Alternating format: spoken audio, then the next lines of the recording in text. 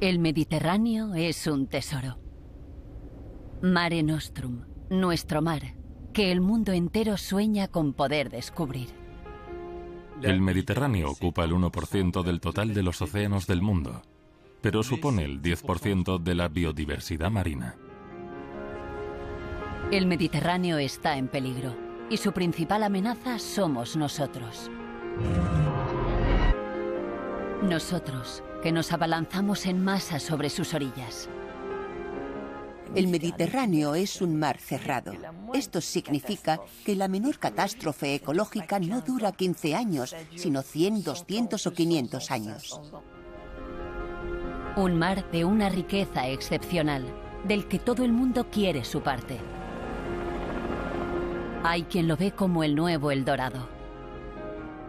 Su riqueza atrae al mundo entero. Las actividades económicas son cada vez más numerosas y al mismo tiempo nadie se preocupa por él. Crecimiento demográfico, turismo de masas, construcciones, contaminación. El Mediterráneo se encuentra bajo presión. Nunca he visto un caso en el que los intereses ecológicos hayan sido considerados por encima de los económicos. Hay una urgencia extrema de parar este proceso, porque todos los indicadores están en rojo. Este año se han batido nuevos récords. El Mediterráneo está al borde de la saturación. Viajamos al tiempo del verano, la estación del peligro.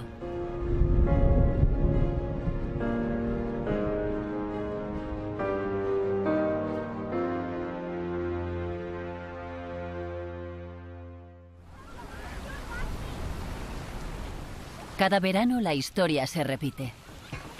Con la llegada del buen tiempo, los bañistas se concentran en las orillas del Mediterráneo.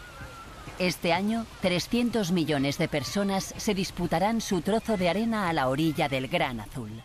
El verano es la época del año en la que más presión se ejerce sobre el ecosistema, debido al aumento del turismo.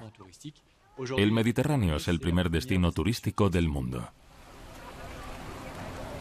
Un turismo de masas que deforma los paisajes costeros, abusa de los recursos del mar y aumenta la contaminación del aire y del agua.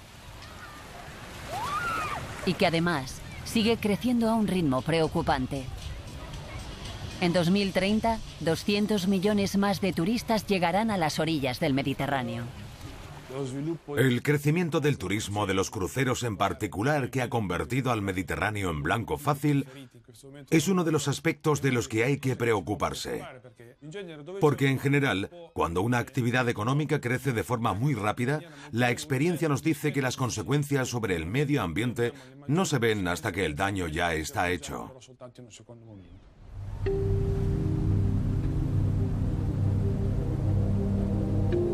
El número de pasajeros de cruceros se ha multiplicado por 4,5 veces en los últimos 20 años. Este verano, los puertos del Mediterráneo recibirán 27 millones de visitantes, que se sumarán a los que ya invaden las costas. Los cruceros se han democratizado y se construyen barcos cada vez mayores para atraer a una clientela cada vez mayor.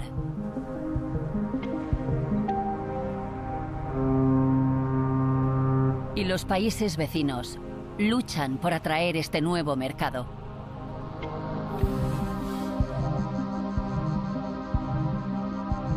Casi un centenar de puertos del Mediterráneo recibe cruceros. Hace 10 años, la cantidad era la mitad. España es el país que más ha apostado por los cruceros. Suma un total de 24 puertos. Y Barcelona ha alcanzado el primer puesto en solo unos años. Pero la nueva favorita de los turistas es Palma de Mallorca, la capital de las Islas Baleares.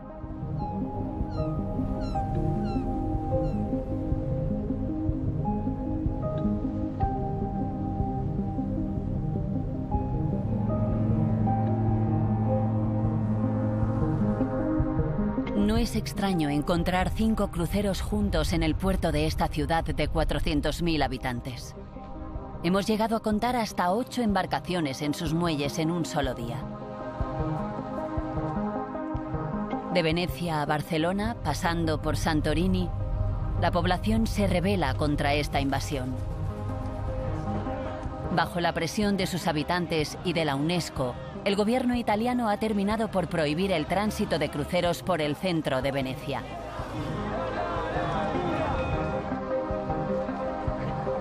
Y la resistencia empieza a organizarse. En Mallorca, representantes de otros puertos han venido para apoyar a los habitantes de Palma. Cuando hablamos de una ciudad que vive de la economía del turismo, deberíamos hablar más bien de una ciudad en peligro de morir por el turismo. Es un problema común a todos los grandes puertos del Mediterráneo que reciben grandes embarcaciones. Nosotros tenemos calculado eso, por ejemplo, los cruceros que mueven a 7.000 personas es aproximadamente la población de mi barrio. Entonces, que mi barrio, pensar que la dimensión de mi barrio se mueve un día de una ciudad a otra, con todo lo que eso supone a nivel de consumos, residuos e impacto en las ciudades, es sencillamente desproporcionado, no tiene sentido. En 15 años, Palma se ha situado por encima de Venecia como tercer puesto de cruceros del Mediterráneo, pasando de 500.000 a 1.700.000 pasajeros al año. La cabeza de esta evolución a marchas forzadas es Joan Gual de Torrella, presidente de la Autoridad Portuaria de las Baleares, el organismo público que gestiona los puertos del archipiélago.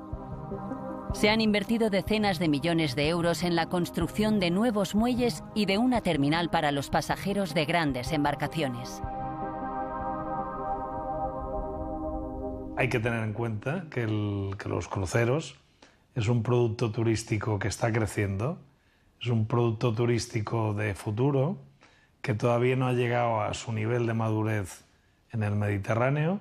Nuestra estrategia es apoyar los cruceros, pues hoy en día se ha invertido y se está cada año asignando unas subvenciones a este tráfico para que sea atractivo para las compañías.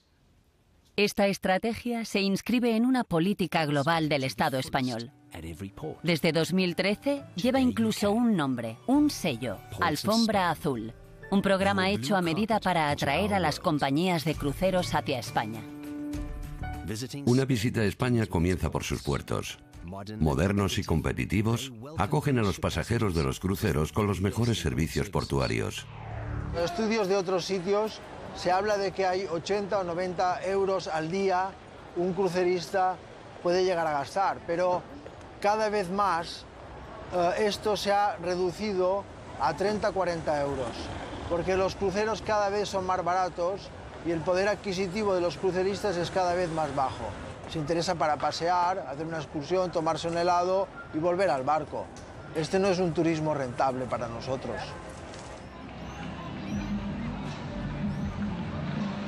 Con 600 escalas de barcos el año pasado, los cruceristas no acaban de percibir la buena acogida prometida por las autoridades. Como señal de esta fructífera alianza, una empresa alemana ha elegido Palma para celebrar la inauguración de su nuevo crucero, pero manteniendo a los periodistas a distancia. Es cierto que el mundo del crucero no tiene buena prensa. Consumen demasiados combustibles fósiles, sobre todo fuel oil pesado, y son una fuente importante de contaminación atmosférica.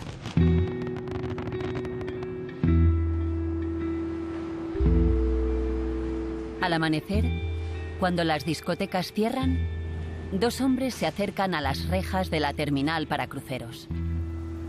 El profesor Axel Friedrich es un científico especializado en contaminación atmosférica. Junto a él, Daniel Rieger, miembro de la Asociación Ecologista Alemana NABU, que tiene como uno de sus principales objetivos la lucha contra la contaminación de los cruceros.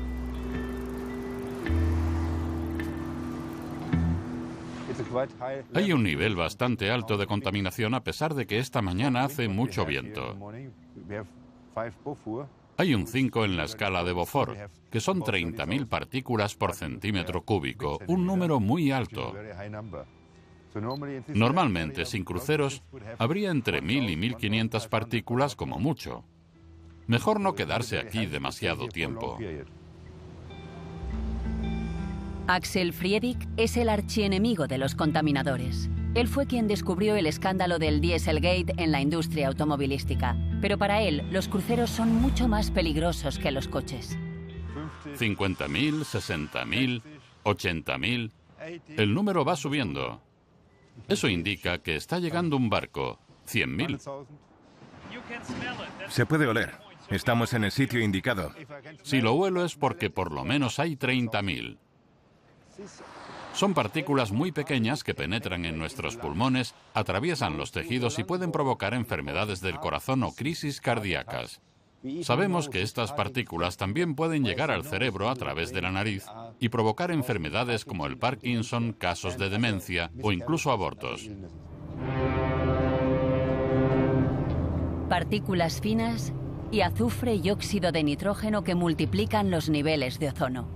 Los cruceros, al igual que los buques de carga, son auténticos focos de contaminación. La obligación de utilizar carburantes menos nocivos no entrará en vigor hasta el año 2020. Pero aún así, seguirán siendo 5 veces más contaminantes que un coche diésel. Y estos parques de atracciones flotantes trabajan las 24 horas, incluso cuando están atracados, para alimentar la iluminación y el aire acondicionado, pero también las atracciones de mayor consumo, como los casinos, las pistas de patinaje y los simuladores de surf. El nivel de consumo de energía de estos barcos es el equivalente al de una pequeña central eléctrica, pero si fueran centrales estarían prohibidas por contaminar demasiado. Esto significa que las ciudades están muy contaminadas por la presencia de estos barcos. No basta con los habitantes, hay que sumar los turistas. Es el colmo. La contaminación generada por las grandes embarcaciones será la causa de 60.000 muertes prematuras al año en Europa. En Marsella, donde la presencia de cruceros se ha disparado, los casos de cáncer de las vías respiratorias se multiplican entre los habitantes. Pero parece que el presidente del puerto de Palma no ha oído hablar de ello. Lo que no queremos es que los cruceros pues sean alguna fuente de contaminación. Pero he leído también que los estudios de polución atmosférica en Marsella y en Barcelona no han sido... Yo no lo he leído, aquí en Palma no. Sí. En Palma no. Sí, porque no existen. En Palma hay lo que nosotros estamos colocando son sensores exhaustivos por todo. Entonces, a partir de ahí, hablaremos con datos. No hablaremos como que nos parece que con percepciones emocionales, sino con datos.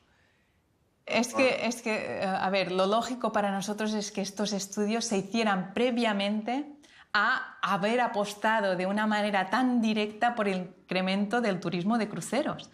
Lo lógico no es que una vez que tenemos el problema evaluemos si queremos tenerlo o no.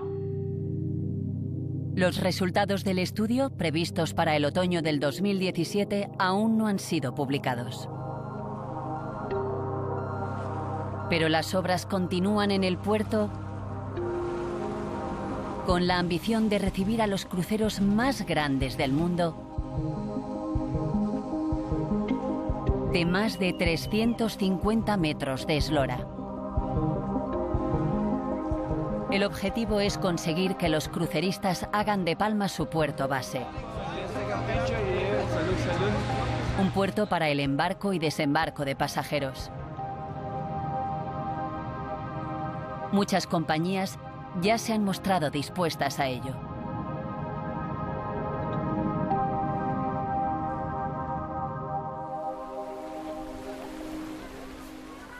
No podemos seguir con unas tasas de turismo que suben, suben y suben. El entorno no lo permite. Mientras los cruceros se disputan las escalas en los puertos del Mediterráneo, el mar es aún más codiciado. Los gigantes del petróleo y del gas ven en el Mediterráneo el futuro Eldorado. y las empresas de transporte marítimo ya lo han ocupado. El 90% del comercio mundial se mueve por mar. El tráfico de cargueros se ha cuadriplicado en los últimos 25 años. Y el Mediterráneo, punto de paso entre Asia y Europa, también se ha llevado su parte en el auge del transporte. A día de hoy, 1/3 del comercio marítimo internacional pasa por el Mediterráneo. El tráfico es incesante. Se han creado autopistas del mar de 10 carriles para los portacontenedores que vienen de Asia. Y esto es una amenaza más de las que pesan sobre el Mediterráneo. 120.000 buques de carga pasan por el Mediterráneo cada año. Al duplicar la capacidad del Canal de Suez en 2016, el tráfico está aumentando un 4% anual. Los buques de carga contaminan el aire, al igual que los cruceros, y su multiplicación altera los ecosistemas marinos. Hay que tener en cuenta el papel que juegan las grandes embarcaciones en la introducción de especies invasivas. Especies ajenas al Mediterráneo se introducen por medio del Canal de Suez en los lastres de los buques y amenazan el equilibrio de los ecosistemas naturales tal y como los conocemos. Como vía de paso obligatorio entre el Estrecho de Gibraltar, el Mar Negro, el Canal de Suez y el puerto del Pireo, el Mar Egeo se sitúa en el centro de un tráfico comercial especialmente intenso. Los buques pasan zigzagueando entre sus miles de islas. Durante el verano, el tráfico en las islas griegas se multiplica. A los ferries cargados de turistas que surcan el Mar Egeo se suman los barcos de recreo. Y por supuesto, los cargueros, de los que un 20% transporta mercancías peligrosas o contaminantes. Cada día transitan cientos de ellos.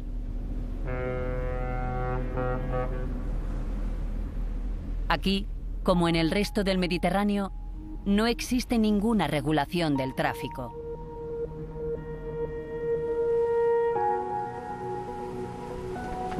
Al este del Mar Egeo, en las islas del Dodecaneso, los ciudadanos más comprometidos hacen sonar la alarma.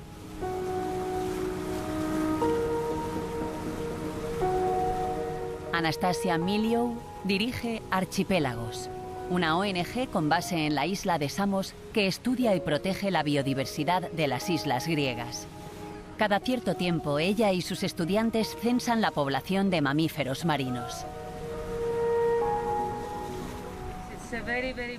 Esta zona es muy importante para los delfines. Aquí encontramos los últimos especímenes del Mediterráneo, del llamado delfín común. La cría, mira. ¿Has visto al segundo? En total, aquí tenemos 4 especies de delfines, 3 de ballenas y una importante población de focas monje del Mediterráneo.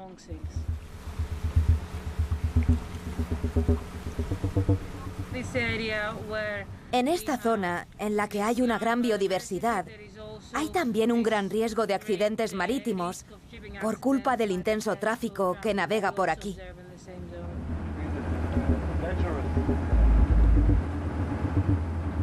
El capitán Theodoris Simpidis es un antiguo marino mercante. Hace 20 años lo dejó todo para crear Archipélagos. Nos lleva hacia el oeste, a un estrecho afectado por los cargueros que transitan hacia el Mar Negro, una zona de alto riesgo.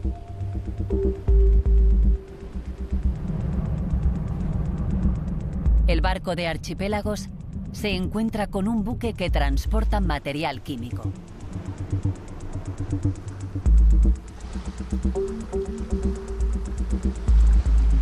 Por desgracia, cada vez más barcos como este pasan por aquí.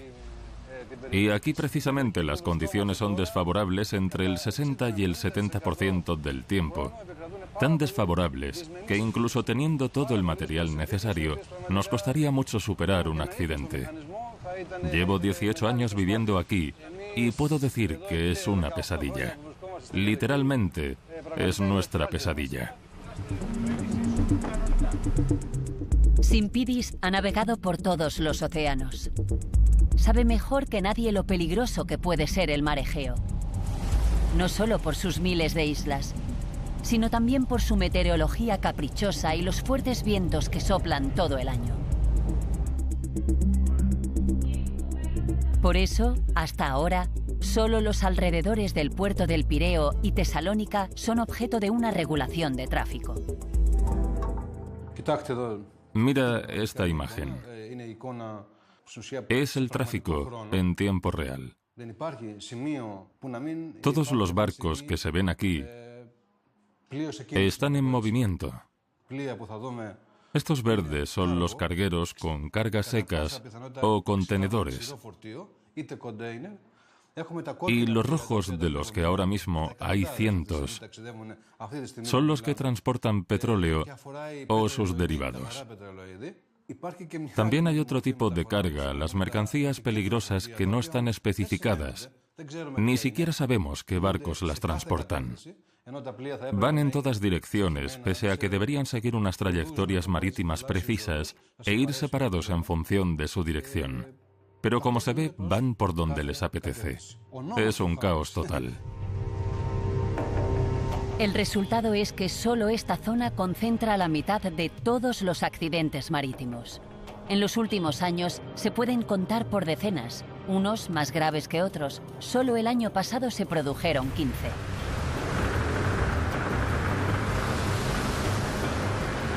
Pero los accidentes aquí no hacen mucho ruido. Hay muy pocas víctimas y una contaminación limitada. Los guardacostas, junto con empresas de remolcadores privadas, han conseguido hasta ahora evitar una catástrofe. Pero no hay medios suficientes para proteger a todo el mar Egeo, aunque el discurso oficial pretenda ser tranquilizador. La prueba llegó en septiembre de 2017, cuando un pequeño petrolero se hundió en plena noche en Salamina, delante del puerto del Pireo.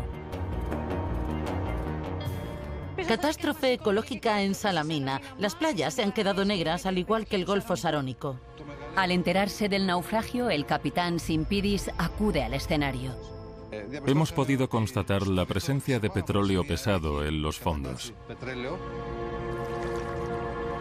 En los días siguientes, a pesar de la proximidad de los servicios de emergencia, los griegos asisten impotentes a la llegada de petróleo a las playas de Atenas y culpan de ello a las autoridades. Tienen que enviar más ayuda. El Estado es el responsable de esto. Es una catástrofe. 10 años antes de este accidente, era un crucero, el Sea Diamond, el que encallaba en los acantilados de Santorini. Los restos aún descansan en el fondo de estas aguas. Pero las autoridades prefieren contar a los turistas una historia distinta. Su mayor preocupación era acallar el asunto, hacer como si estuviera olvidado. Y a los turistas se les dice que los balizamientos que quedan para evitar fugas residuales de combustible son explotaciones de piscicultura. Es indignante. No se ha tomado ninguna medida para evitar que haya un próximo Sea Diamond.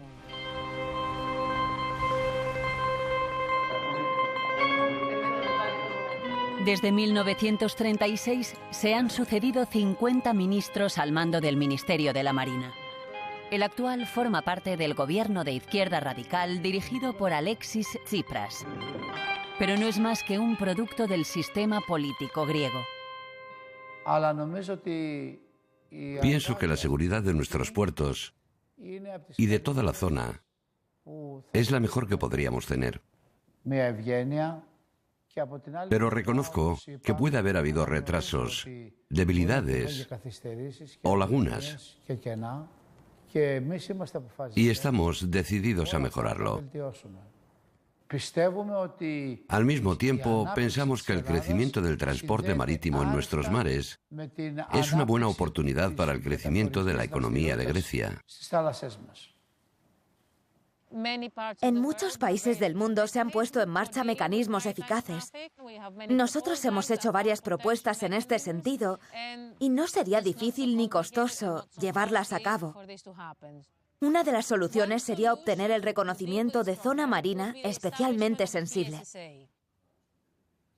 ¿Eso significaría crear una zona especialmente protegida? No, significaría más bien una zona especialmente vulnerable desde el punto de vista de la seguridad.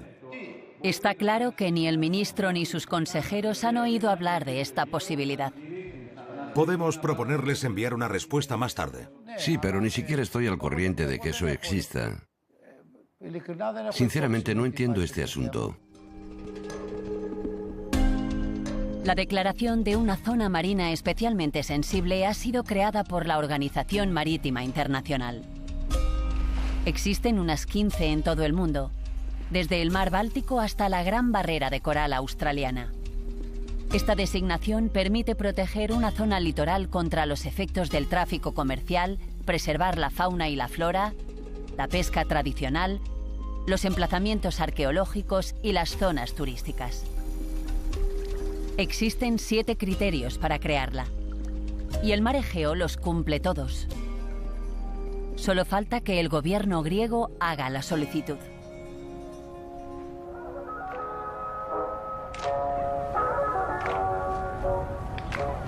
Pero en Atenas no quieren oír hablar de perjudicar a la principal industria del país, el turismo.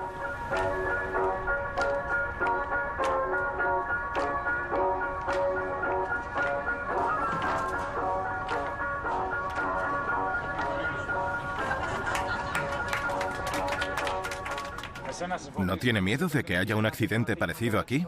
No cambiará nada, lo olvidarán en 2 segundos. Te lo digo yo. Somos el país de no pasa nada, déjalo. Y luego llegan las catástrofes.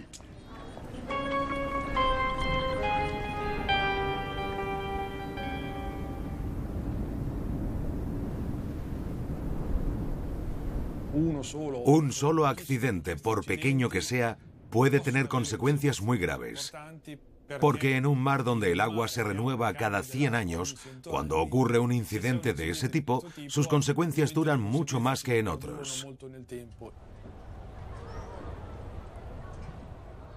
Hay que entender que tenemos un sistema económico que nunca tiene en cuenta la posible pérdida de nuestro patrimonio colectivo.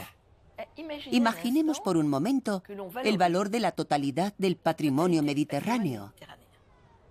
Calculemos lo que significaría la destrucción de este patrimonio. No seguiríamos teniendo la misma visión de la vida. La urgencia de proteger el Mediterráneo es tanta como superpobladas están sus costas. En sus orillas viven 150 millones de personas, la mitad de la población de los países de su cuenca. Y 20 de estas ciudades ya tienen más de 1 millón de habitantes.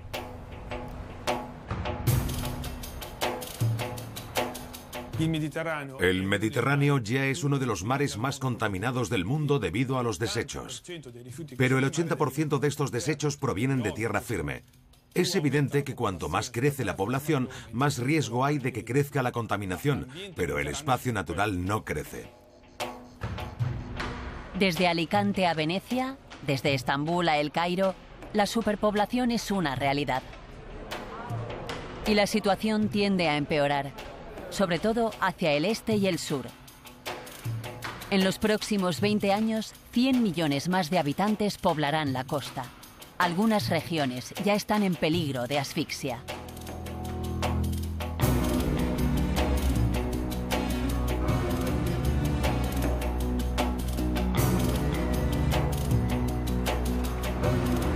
Líbano, con 6 millones de habitantes y muy poco territorio, es uno de los países más densamente poblados del mundo.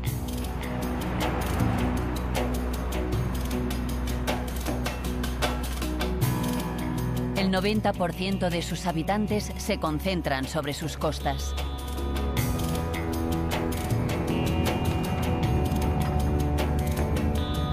Sami Shami es pescador en Trípoli la segunda ciudad del país, y expresa su rabia contra la montaña de desechos que reina entre la ciudad y el mar. Detrás está el vertedero. Está lleno de basura. Hay muchos desechos y malos olores. Y en la orilla de al lado también se tira mucha basura. No la entierran, así que acaba en el mar. A veces, cuando hace viento, no puedo ni sacar las redes del mar, porque están llenas de desechos. El mar está enterrado bajo la basura.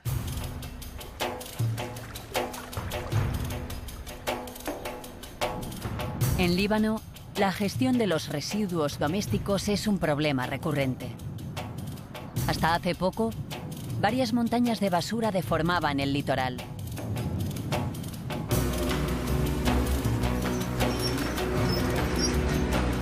La de Sidón, al sur del país, se había convertido en un desastre ecológico, antes de cerrarse por la presión de la opinión pública.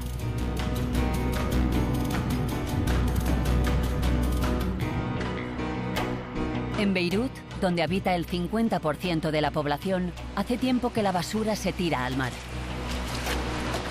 En 2015, la ciudad pasó por una crisis sin precedentes. A falta de vertederos disponibles, la basura no se recogió durante 8 meses. Claude Yabre es uno de los fundadores del movimiento ciudadano Bupue, nacido en el momento de la crisis de la basura. Si os fijáis, allí se ve el desagüe sobre el mar. Es de aguas residuales sin tratar y hay gente que pesca o que incluso nada en esas aguas. Todos los vertidos y las aguas residuales van directamente al Mediterráneo. Cada verano es peor. Se dice que hay gente que acaba en el hospital y los médicos tienen que tratar quemaduras, gente con virus y enfermedades desconocidas, cosas que nunca han visto. Es surrealista. Estamos nadando entre basura y aguas fecales. El gobierno libanés no ha encontrado otra solución para la crisis de los desechos que sepultar las 750 toneladas de basuras que produce Beirut al día en terraplenes construidos sobre el mar. Una solución presentada como provisional mientras se ponía en marcha un tratamiento definitivo de los residuos. Han vuelto a abrirse 2 antiguos vertederos en la orilla y se supone que los terraplenes construidos permiten acumular basuras sin dañar el medio ambiente. Ninguno de los ministros a cargo del asunto ha querido reunirse con nosotros. Pero la oposición de todos los bandos denuncia ataques graves contra el medio ambiente. Hassan Bassi es abogado. Ha presentado 20 denuncias contra el Estado y las empresas a cargo de los residuos, pidiendo el cierre de las obras. Los contratos establecían la clasificación de los residuos y que la basura no contaminada por productos químicos pudiera ser enterrada. Pero lo que ha pasado es que al principio los contratistas tiraron los residuos directamente al mar, sin clasificarlos y sin respetar el contrato que habían firmado. Comenzaron a tirar directamente al mar todo tipo de desechos orgánicos, médicos y con productos contaminantes como el mercurio.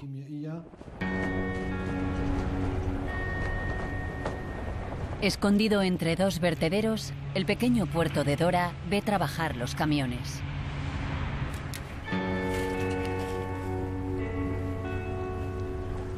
Los pescadores solo tienen ojos para llorar.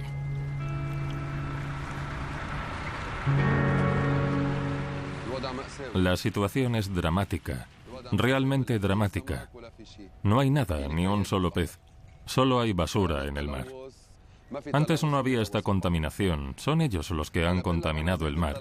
Y con la contaminación ya no hay peces, porque los peces no se acercan a las zonas contaminadas. Al construir estos terraplenes están destruyendo el hábitat de los peces, porque vienen a desovar cerca de la costa. Así que cuando descargan las basuras en las costas, los peces se quedan sin sitio donde desovar.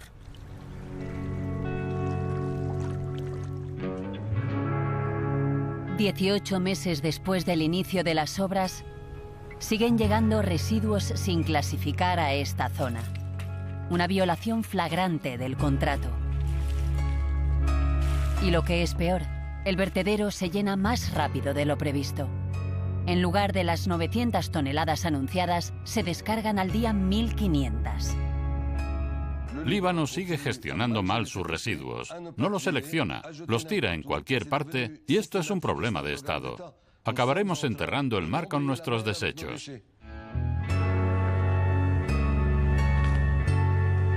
Pionero del reciclaje en Líbano, Pierre Issa ha fundado una ONG que reúne una veintena de centros de selección por todo el país. Pero el gobierno no sigue sus pasos.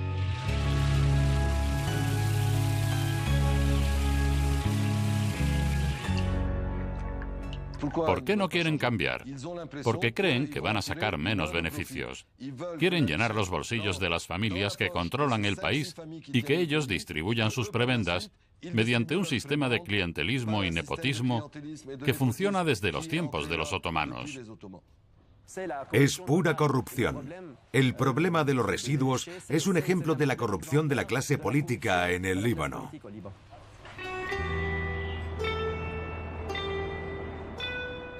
Lo que motiva toda esta operación es el impacto del territorio que se va a ganar sobre el mar. Pero no se nos presenta de esa forma. ¿Podrían servir estos vertederos para construir complejos inmobiliarios?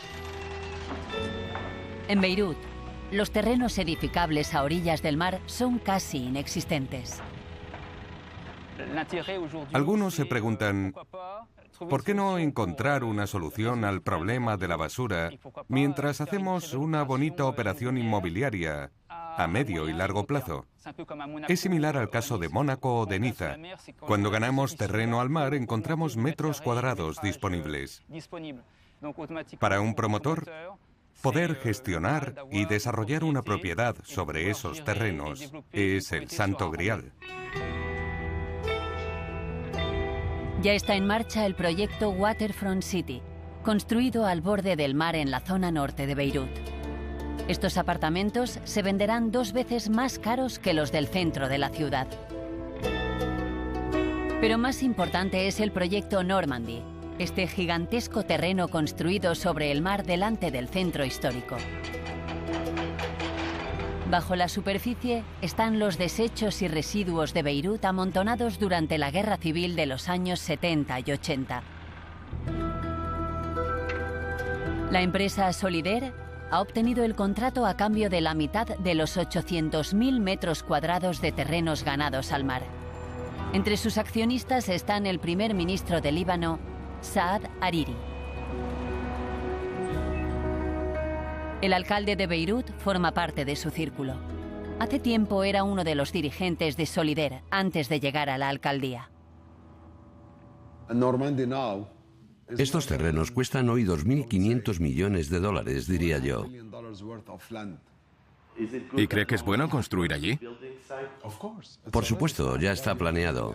¿Tiene algo en contra del desarrollo de Beirut? No, solo digo que...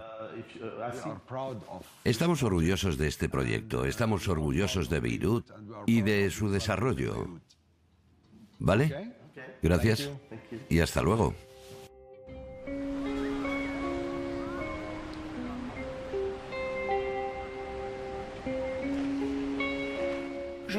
Hasta hoy, nunca he visto un caso en el que los intereses ecológicos hayan sido considerados por encima de los económicos. Nunca.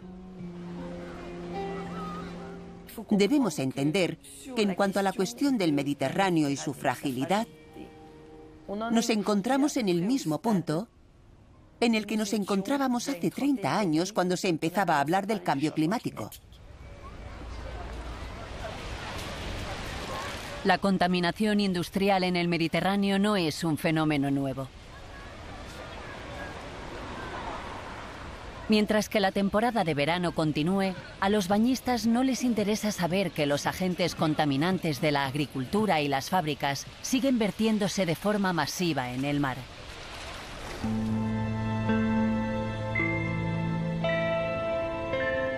Hay grandes asentamientos en todo el litoral. En Francia, la laguna de Berre, entre Marsella y la Camarga, es uno de los lugares más contaminados de Europa. Refinerías e industrias de productos derivados del petróleo, la industria química o la siderúrgica siguen activas alrededor del Mediterráneo a pesar de su mala fama para el medio ambiente. Hacia el norte, las envejecidas fábricas están más reguladas, pero las regulaciones no siempre se respetan y los agentes contaminantes siguen acabando en ríos como el Ródano o el Po en Italia. Al sur, sin embargo, la presión ecológica se ha agravado debido al desarrollo económico. Las industrias contaminantes se han trasladado a países como Libia, Argelia y Túnez, degradando el medio ambiente.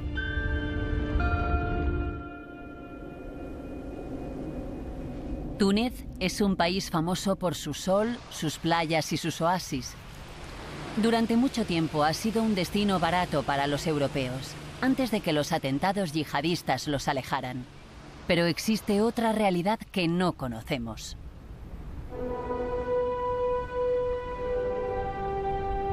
Al sur del país, a 80 kilómetros de las playas de Yerba, el complejo industrial de Gabès explota el principal recurso natural de Túnez, los fosfatos. Se usan para fabricar abonos que luego exportan a Europa y a todo el mundo. Una fuente de ingresos esencial para Túnez, cuya economía es frágil.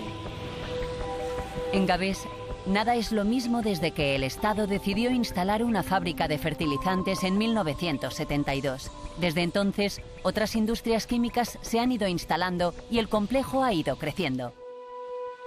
Entre los depósitos y las naves, un canal vierte los residuos de la producción de ácido fosfórico y fertilizantes. Este es el canal de descarga, en el que se vierte el refrigerante y el fosfoyeso. No me gustaría que me vieran con el fosfoyeso.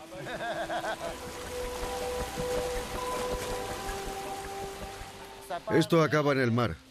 Acaba en el mar. ¿Es esta la principal fuente de contaminación? Sí, del mar.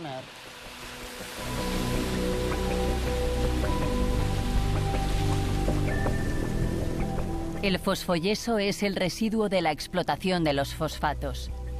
Contiene residuos de metales pesados, ácido fluorhídrico, azufre y pequeñas cantidades de materias radioactivas como uranio o radio.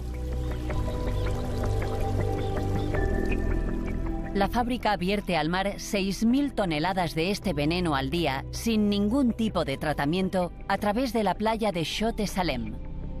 Situada entre la fábrica y la ciudad y rodeada de un palmeral único en la costa del Mediterráneo, esta playa era un destino vacacional hasta que la contaminación ahuyentó a sus habitantes. Amin es el hijo de una familia de pescadores.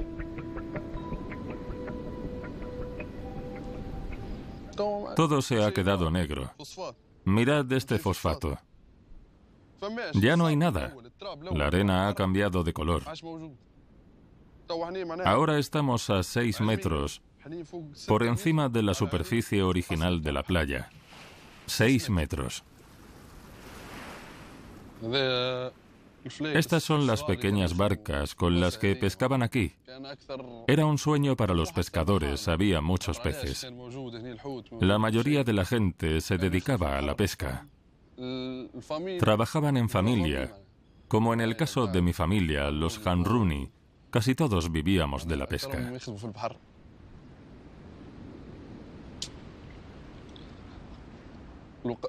Yo también iba cuando era pequeño. Todo el mundo pescaba.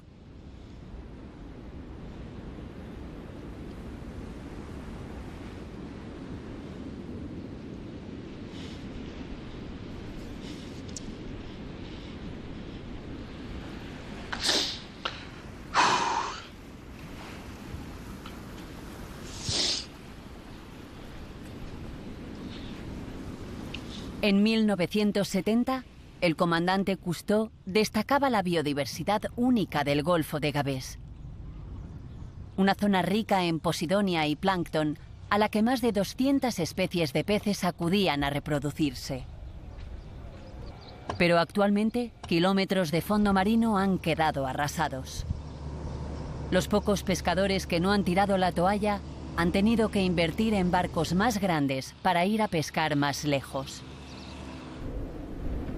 Pero la zona industrial no ensucia solo el mar. En Gabés, donde la vida avanza despacio y los turistas son escasos, todos saben que el complejo químico también ha arruinado la agricultura y la vida de sus habitantes. Las fábricas extraen las reservas de las capas freáticas y emiten gases y partículas tóxicas a la atmósfera.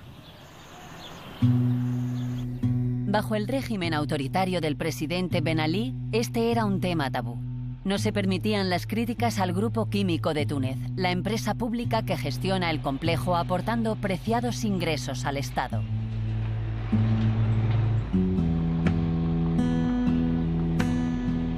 No ha cambiado nada tras la revolución de 2011. La fábrica continúa la emisión masiva de gases tóxicos, como muestra este vídeo casero.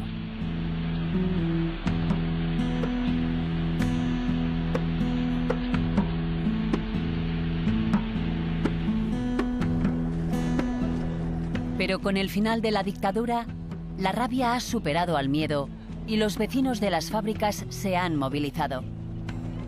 Se han constituido numerosos colectivos ciudadanos para recoger los testimonios de las víctimas e intentar conseguir el cierre de todas las industrias contaminantes.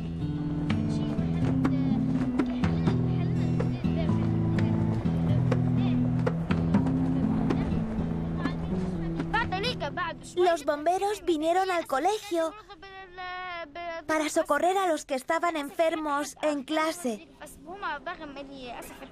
Eran 5. No podíamos salir.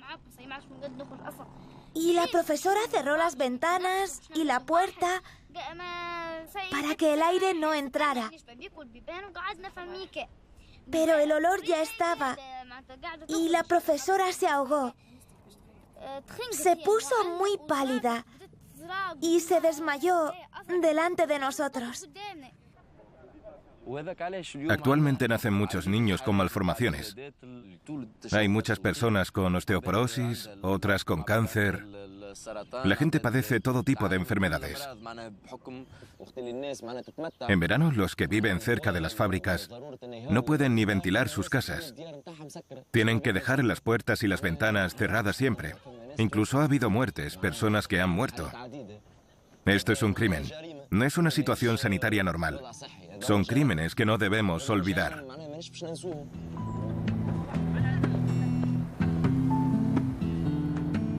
Para intentar comprar la paz social, el Estado y el Grupo Químico distribuyen subvenciones, indemnizaciones y empleos. Todo para negarse a reconocer su responsabilidad en este atentado contra la salud pública, a pesar de los casos de enfermedades graves y defunciones. Las personas que sufren estas enfermedades pueden decir lo que quieran.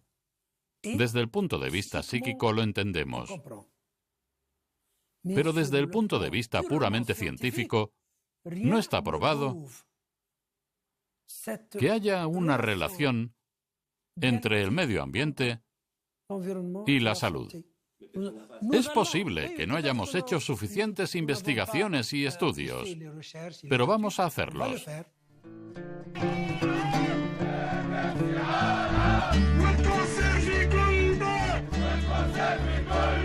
A principios del verano de 2017, la población se levantó una vez más. Las manifestaciones fueron continuas durante 2 días. Lo que desató su ira fue la promesa incumplida por el gobierno de poner fin al vertido de fosfoyeso en el mar. Arrinconado, el gobierno esta vez promete regular el problema de la emisión de gases tóxicos en los 2 próximos años y se compromete a trasladar todas las unidades contaminantes de aquí a 8 años. Ninguna promesa se ha mantenido durante estos últimos años. El calendario nunca se ha respetado. Lo que queremos son disposiciones que comprometan al gobierno.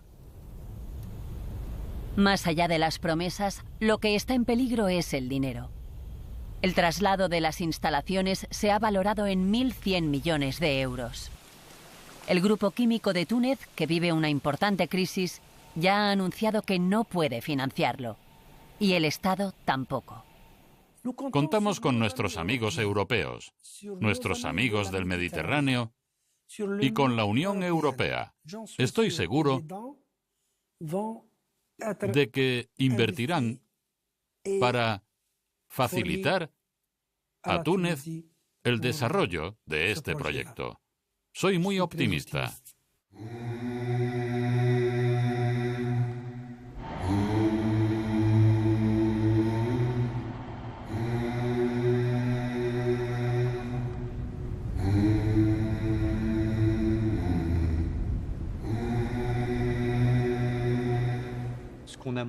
Lo que se ha demostrado es que cuando sumamos el conjunto de actividades económicas que utilizan el Mediterráneo, la pesca, por supuesto, pero también el petróleo, el gas, el turismo y el tráfico marítimo, entre otras, obtenemos una situación en la que este patrimonio natural único que es el Mediterráneo queda en serio peligro. Y esta situación no hace sino aumentar las tensiones y conflictos entre actividades. El riesgo que pesa sobre el Mediterráneo es el de convertirse en el mar muerto más grande del mundo. ¿Es eso lo que queremos dejar a nuestros hijos?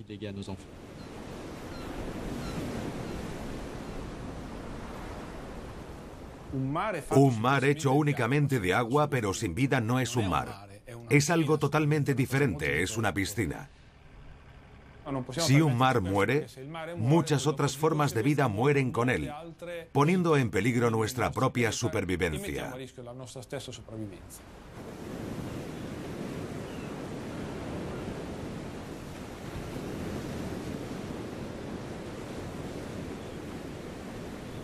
Lo que hace falta es una voluntad política muy fuerte de ir contra los que nos perjudican. Esto se puede aplicar tanto al Mediterráneo como al cambio climático y a otros problemas. La única fuerza que puede decir, dejad de reíros de nosotros, es la sociedad civil.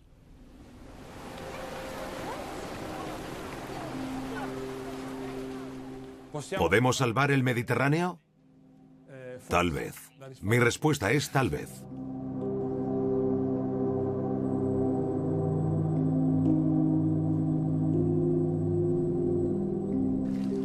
Durante siglos, el Mediterráneo ha sido el escenario de excepcionales aventuras humanas. Para que hoy sobreviva, los pueblos que lo habitan deben dejar al margen el egoísmo nacional y los intereses particulares.